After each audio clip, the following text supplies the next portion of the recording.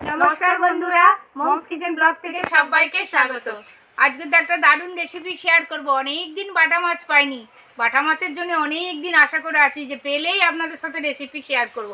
বাটা মাছ তো পেয়ে গেছি। এখানে একটা ব্যাপারী এসেছিল, সেই বাটা মাছের কচু বেগুন আলু দিয়ে পাতলা পাতলা ঝোলে রেসিপি শেয়ার করব। আসুন কিভাবে এই ডেলিশিয়াস রেসিপিটি বানাই, পুরো পর্বটাই দেখতে হলে আমার সাথে থাকতে হবে। আশা করি খুবই ভালো লাগবে। চলে আসুন আমার সাথে, মাছটা কিভাবে কি করি পুরো পর্বটাই থাকবেন আমার সাথে।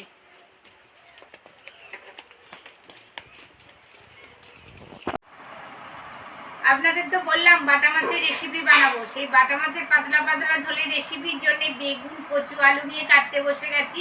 এভাবে কাটবো, দেখতে থাকুন, পুরো পর্বটাই জুড়ে আমার সাথে থাকুন।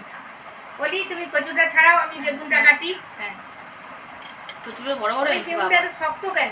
বাবা, একদম ফ্রেশ বেগুন। বাবা থেকে দেখে আনছো নাকি?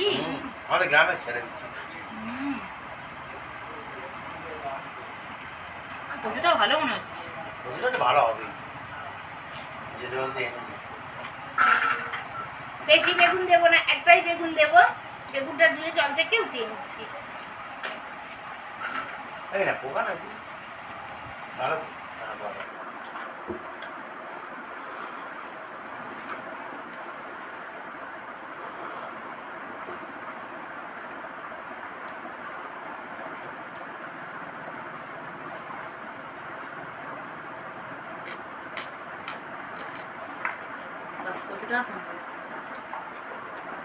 ভালো বাজার করেছো বাবা, ভালো বাজার করেছো। সুন্দর কচু, সাদা সাদা একদম। একটু লম্বা লম্বা টুকরো করে কেটে নিলাম। কচুগুলো লম্বা লম্বা করে কেটে নিচ্ছি।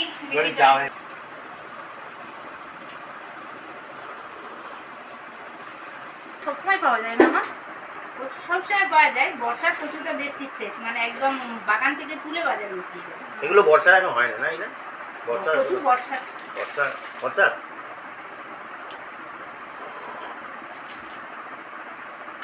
সিজনে কচু স্বাদ আলাদা।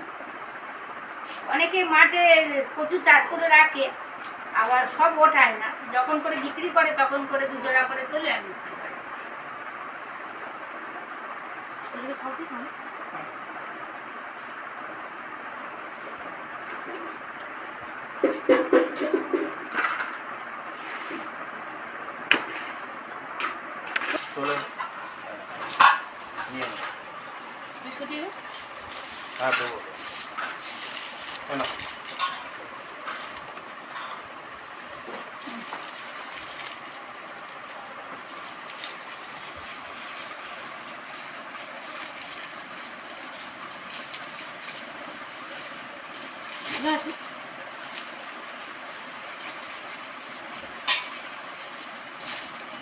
সব তো কাটা কমপ্লিট হয়ে গেল, সব তো গুছিয়ে কেটে নিলাম। এবার কিভাবে ঝোলটা বানাবো সেটা দেখতে হলে পুরো পর্বটাই জুড়ে আমার সাথে রাখতে হবে, আর রান্নাঘরে আমার সাথে চলে আসতে হবে। আসুন বন্ধুরা, কিভাবে বানাবো আপনারা পরপর স্টেপ বাই স্টেপ দেখবেন।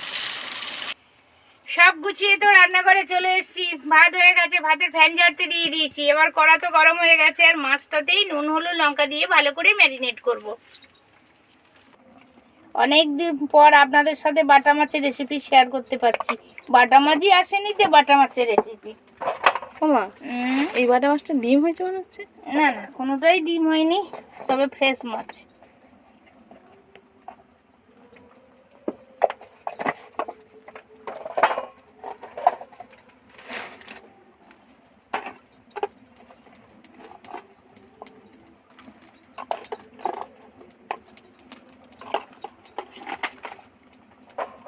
কড়া তো গরম হয়ে গেছে, সবার আগে কড়াতে একটু তেল দিয়ে দিচ্ছি। কড়া যত ভালো করে হিট হবে তবেই মাছটা ভাজতে পারবো, সেই জন্য আগে তেলটা দিয়ে দিলাম। আর এদিকে ভালো করে নুন হলুদ লঙ্কা দিয়ে মাছটাতে ম্যারিনেট করতে থাকছি।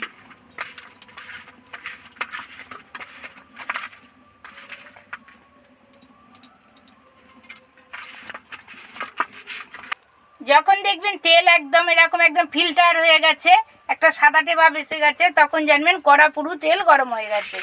এবার তেলের মধ্যে একটা একটা বাটা মাছ উঠিয়ে দিচ্ছি।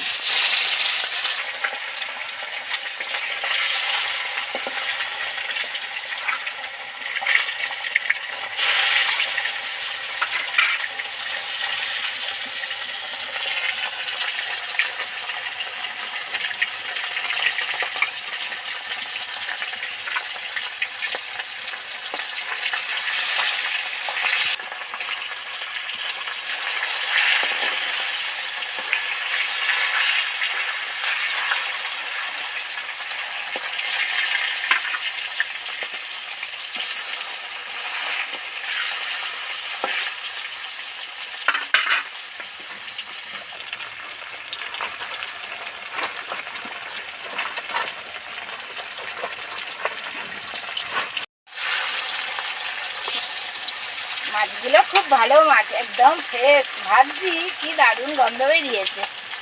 এই মাছের রেসিপি করলে যা লাগবে। মাছগুলো তো ডিপ ফ্রাই করে ভেজে নিলাম, দেখুন কত সুন্দর ভেজেছি। এইভাবে মাছ ভাজলে তবেই কোনো রেসিপির টেস্ট হয়। এবার মাছগুলো একটা একটা করে তেল ছেঁকে উঠিয়ে নিচ্ছি। দারুণ ফ্লেভার বেরিয়েছে। তেলের মধ্যে দুটো তেজপাতা দিয়ে দিলাম, একটা শুকনো লঙ্কা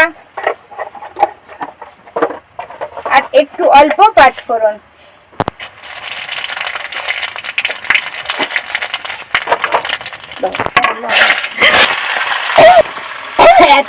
জাল পেয়েছে উড়ু করে, পাঁচফোড়ন লঙ্কা তেজপাতা তো দারুণ ফ্লেভার মিশে পুরো কালো হয়ে যাচ্ছে। ওই জন্য সব সবজিগুলো ঢেলেই দিলাম। সবজি মানে মশলা যদি পাঁচফোড়ন পুড়ে যায় খেতে ভালো হয় না, সেই জন্যই উড়ু করে ঢেলে দিয়েছি। আর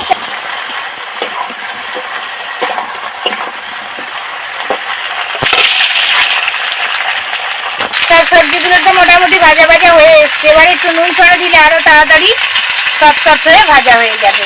সেই জন্য একটু সবজির মধ্যে নুন ছড়া দিলাম, দিয়ে এবার আরো 5-7 মিনিট নেড়ে চেড়ে ভাজতে থাকবো। কি বাবা, সবজিগুলো মোটামুটি ভাজা ভাজা হয়ে গেছে, তেল ছেড়ে গেছে। এবার মশলাটা দিয়ে দেবো। 1 চামচ হলুদ গুঁড়ো,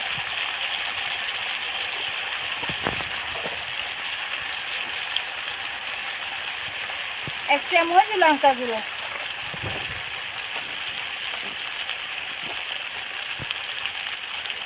1 চামচ জিরে ধনে মরিচ গুঁড়ো। এটাই হচ্ছে এই পাতলা পাতলা ঝোলের আসল মশলা।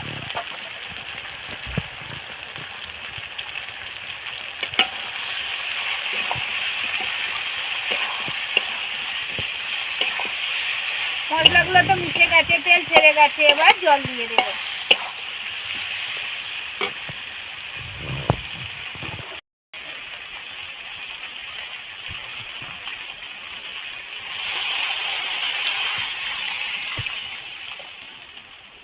একটু পাতলা পাতলা ঝোল বানাবো, সেই জন্য একটু বেশি পরিমাণেই জল দিচ্ছি। এই বাটা মাছের ঝোল পাতলা পাতলা বানালে তবেই ডেলিশিয়াস হয়।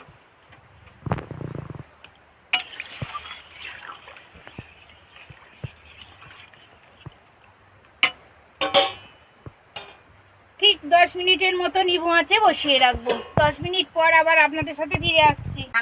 পাতলা পাতলা ডেলিশিয়াস বাটা মাছের ঝোল তো আপনাদের সাথে শেয়ার করলাম। এবার সানটান করে আবার ফিরে আসবো আপনাদের সাথে। প্লিজ বন্ধুরা আমার সাথেই থাকবেন।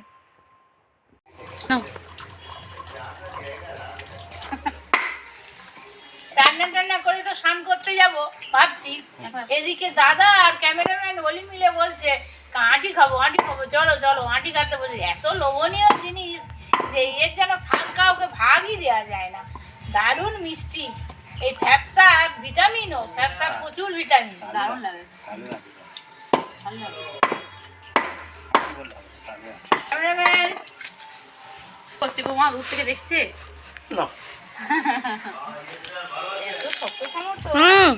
দারুন। আগে থেকে এটা সুন্দর না, রোদ্দুর পাচ্ছে না, তাই না? কেমন বাবা? এগুলো আমার হ্যাঁ ভালো। এই রোদ্দুর পেলে আরো স্বাদ ভালো কি যায় না। ও স্যার কমেন্ট দিয়ে দিন। কমেন্ট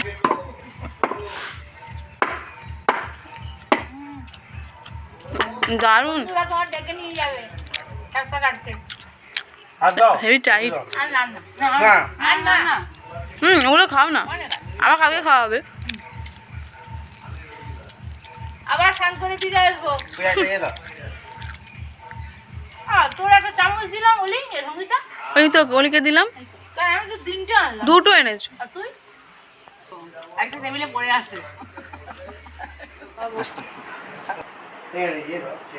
সবাই তো স্নান করে চলে এলাম। একটু দেরিতেই খেতে বসছি, কারণ ফ্যাপসা খেয়েছি। ফ্যাপসাকে এত মানে পেট একদম ফুলে গেছে, এত খেয়েছি। সেই জন্য ফ্যাপসা বলছে তালের আঁটি কেটে খেয়েছি। তালের আঁটির ভিতরে যে সেই এটা থাকে সাদা মতো অংশটা, সেটাইকে ফ্যাপসা বলা হয়। সেটা তো অনেকটা খেয়েছি, তাই দেরিতে খেতে বসছে দাদা।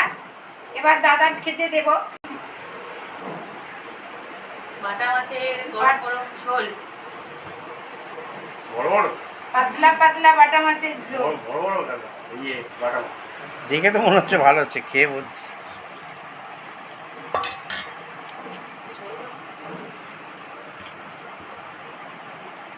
ঠিক আছে।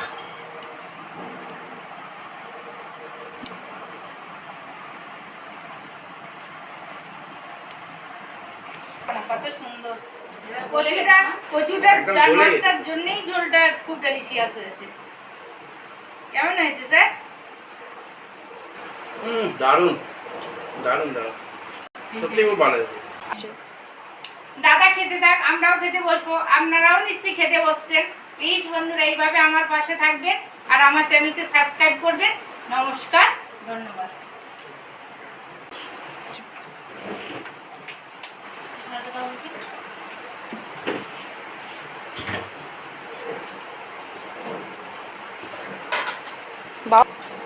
ভালো হয়েছে বাবা?